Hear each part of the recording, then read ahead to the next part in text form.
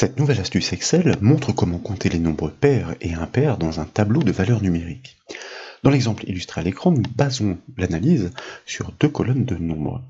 Sur la droite, nous livrons trois résultats. Il s'agit premièrement de la quantité totale de valeurs numériques, puis des quantités respectives pour les nombres pairs et impairs. Forcément, l'addition des deux derniers résultats doit rejoindre le premier. Et nécessairement, si vous transformez un nombre impair en nombre pair, ou inversement, un nombre pair en nombre impair, constatez qu'à validation, non seulement les résultats des décomptes s'actualisent dynamiquement, et que dans le même temps, des jeux de couleurs viennent repérer tous les nombres pairs comme les nombres impairs. Pour la démonstration de cette astuce, nous suggérons de récupérer ce tableau de nombres. Et bien sûr, ce classeur Excel est offert au téléchargement depuis le site bombache.fr. Nous découvrons tout d'abord les deux séries de nombres en colonnes C et D. Cette plage numérique est reconnue sous l'intitulé NB, comme en atteste la zone non si vous la déployez. Vous remarquez effectivement à sélection que c'est l'ensemble des données numériques qui sont sélectionnées. Ces nombres ont été générés aléatoirement grâce à la fonction Excel aléa entre bornes, puis ils ont été transformés en valeurs numériques standards détachées des formules.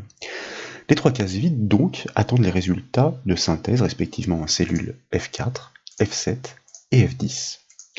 Le premier résultat à livrer concerne le décompte total des nombres énumérés par les deux séries qui sont situées sur la gauche en colonne C et D. Excel propose une fonction dédiée, il s'agit de la fonction NB.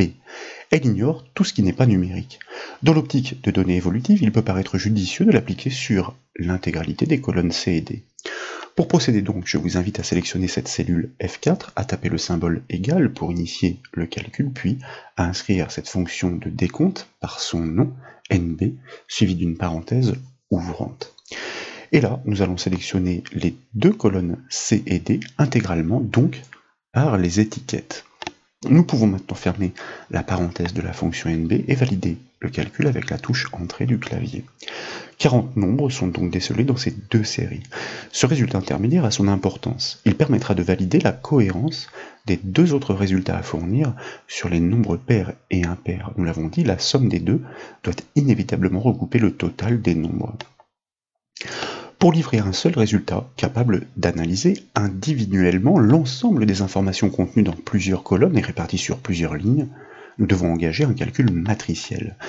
L'astuce consiste à utiliser la fonction Excel SUMPROD en lui passant une matrice conditionnelle. Cette matrice conditionnelle doit exploiter la fonction MOD avec le chiffre 2 comme diviseur. Si le reste de la division vaut 0, nous saurons que le nombre en cours d'analyse est pair. Dans le cas contraire, nous saurons qu'il est impair.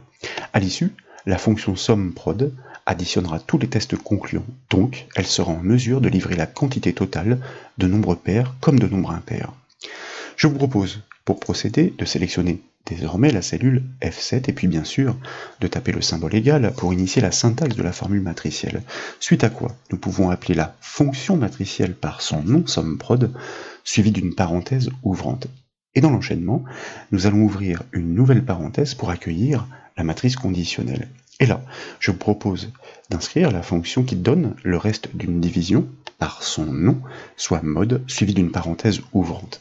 Et nous allons désigner, puisqu'il s'agit d'un raisonnement matriciel, la plage des nombres à analyser, reconnue par son nom, nous l'avons constaté, NB, et vous remarquez d'ailleurs qu'elle est instantanément surlignée par Excel, puisque reconnue. Ensuite, nous pouvons taper un point-virgule pour passer dans l'argument du diviseur. Et là, comme nous le disions, nous allons inscrire le chiffre 2 pour tester le reste de la division par 2. Nous pouvons désormais fermer la parenthèse de la fonction SUMPROD, taper le symbole égal pour annoncer le critère à honorer, et puis là, nous allons saisir simplement le chiffre 0 pour vérifier les concordances avec les nombres pairs, soit lorsque la division par 2 conduit à un résultat nul, il n'y a pas de reste. Nous pouvons maintenant fermer la parenthèse de la matrice conditionnelle. À ce stade, comme nous avons pu le constater à l'occasion d'astuces précédentes, le calcul répond par une matrice de même longueur que la plage analysée. Elle repère par des booléens, vrais en l'occurrence, les positions de toutes les concordances, soit de tous les nombres pairs.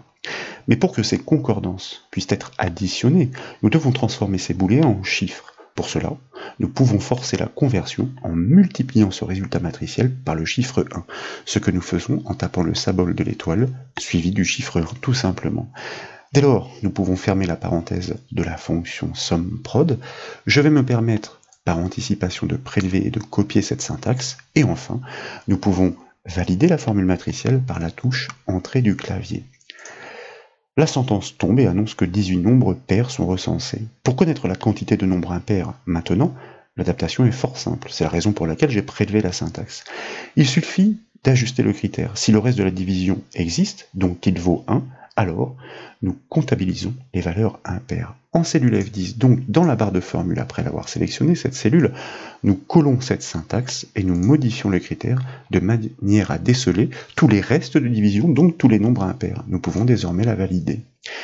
Le résultat fournit bien le total manquant pour rejoindre la quantité globale des valeurs numériques analysées, 18 plus 20, conduit bien à 40. Et bien entendu, si vous changez un nombre pair par un nombre impair ou l'inverse, un nombre impair par un nombre pair, à validation, constatez que ces résultats de décompte s'actualisent parfaitement. Désormais, pour parfaire la solution et simplifier les repérages, nous proposons de surligner dynamiquement ces nombres dans les mêmes jeux de couleurs que ceux suggérés par le tableau de bord vert et orange. L'astuce est une fois de plus triviale. Elle consiste à exploiter la fonction Excel mode dans deux règles de mise en forme conditionnelle distinctes. Pour cela, nous devons commencer par sélectionner l'intégralité des données, soit la plage de cellules, qui correspond d'ailleurs à la plage nommée NB, qui va de la cellule C4 à la cellule D23. Ensuite, nous allons, dans la section style du ruban accueil, actionner le bouton mise en forme conditionnelle, choisir en bas de la liste des propositions de bâtir une nouvelle règle. Dans la boîte de dialogue qui suit à partir d'une formule, puisqu'il s'agit d'une syntaxe particulière, nous cliquons dans la zone du dessous pour l'activer, nous tapons le symbole égal pour initier la syntaxe de la règle, nous exploitons, comme nous le disions, notre fonction mode pour tester le reste de la division. Dans la parenthèse, eh bien, nous allons désigner le premier des nombres en cliquant sur sa cellule C4 qui intervient complètement figée. C'est pourquoi je vous invite à enfoncer 3 fois de suite la touche F4 du clavier afin de la libérer totalement. Vous le savez, l'analyse d'une mise en forme conditionnelle est chronologique et à ce titre, nous débutons bien l'étude à partir du premier nombre. Mais pour qu'ils puissent être tous passés en revue tour à tour, nous devons laisser la cellule suivre le déplacement de l'analyse. C'est la raison pour laquelle nous neutralisons les dollars en préfixe des coordonnées. Maintenant, nous pouvons taper un point-virgule pour passer dans l'argument du diviseur. Et comme nous l'avons fait dans la formule matricielle, nous allons inscrire le chiffre 2 pour réaliser cette division par 2. Nous pouvons fermer la parenthèse de la fonction mode et nous allons taper le symbole égal suivi du chiffre 0 pour tester les nombres pairs, n'offrant aucun reste à la division par 2. Nous devons associer une couleur de police vert assez vive à ces nombres repérés comme des nombres pairs. Pour cela, nous cliquons donc sur le bouton format. Alors comme précédemment, préalablement, je vais me permettre de prélever cette syntaxe afin de ne pas avoir à la rebâtir. Nous cliquons donc, disais-je, sur le bouton format. Dans la boîte de dialogue qui suit, onglet police activé, nous déployons la seconde liste déroulante et nous choisissons un vert assez vif. Désormais, nous sommes de retour sur la première boîte de dialogue. Elle indique comment surgiront tous les nombres détectés comme valeurs paires. Nous pouvons cliquer sur le bouton OK pour valider la création de la règle de mise en forme conditionnelle. Et de retour sur la feuille Excel, vous constatez que tous les nombres pairs culminent en effet dans une couleur verte, semblable à celle de leur calcul de dénombrement. La seconde règle, puisque la plage est encore sélectionnée, eh bien, consiste en une adaptation très simple du critère, comme nous l'avons fait pour la formule matricielle. Nous cliquons de nouveau sur le bouton mise en forme conditionnelle, nous choisissons de bâtir une nouvelle règle à partir d'une formule. Dans la zone de saisie, nous collons la syntaxe. Cette fois-ci, nous cherchons à savoir tous les restes qui existent, donc tous les nombres impairs à déceler. Et pour cela, eh bien, nous devons cette fois-ci, grâce au bouton format dans l'onglet police, choisir avec la palette de couleurs un orange assez vif.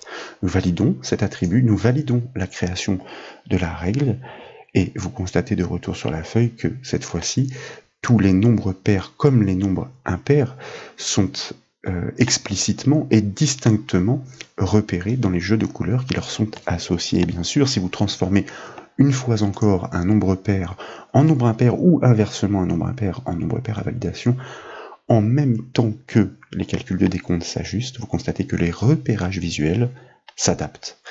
Voilà donc pour cette nouvelle astuce, j'espère qu'elle vous a plu. Si c'est le cas et comme toujours, je compte sur vous pour mettre un petit j'aime à la vidéo et comme vous le savez, vous pouvez retrouver toutes les formations et astuces sur le site bonbash.fr. Je vous remercie.